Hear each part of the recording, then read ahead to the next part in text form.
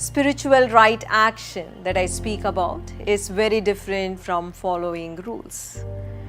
The principles of spiritual right action should be applied whenever there is a conflict between what is morally right and morally wrong, and between what is ethically right and ethically wrong. Let me give you an example from Bible. This is a famous incident from Bible called Peter's denial. After the Last Supper, when Jesus is arrested and taken to the high priest for trial, Peter and few others follow Jesus to high priest's courtyard, and there a woman and a man recognize him to be one of Jesus' close members. Peter bluntly denies any association with Jesus and declares that he does not know the man at all. Soon Peter moves into tremendous guilt. He moves into shame and cries bitterly. He moves into shame and he moves into regret. Bible portrays this complex situation where Peter fights a moral battle between standing by someone you love and protecting your own survival. What would you do if you were in Peter's position? Think for a moment. Or put yourself into this morally conflicting position that doctors in some countries have faced in the recent past or continuing to face even now. They had to play God, having to choose who gets the ventilator and survives and who does not get the support. Human life is filled with complexities. To do or not to do.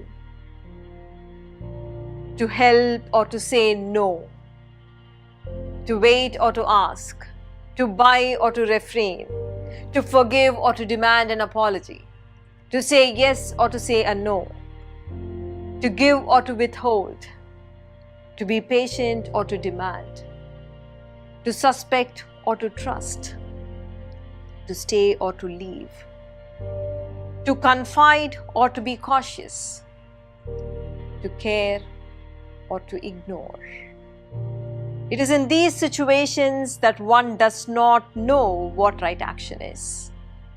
In such deep dilemmas of human existence, the principle of spiritual right action will be your guide. Spiritual right action is a result of an inward journey you take in the thick of life. In very simple terms, it begins with right decision. You make a right decision from a beautiful state where you feel connected to yourself, where you feel connected to the people around you, and you are connected to the situation you are facing. Once you have chosen what to do, you perform that action from that beautiful state. And then you move forward in life in total peace. When you are caught in ideals, you are stuck in conflict, you are stuck in suffering.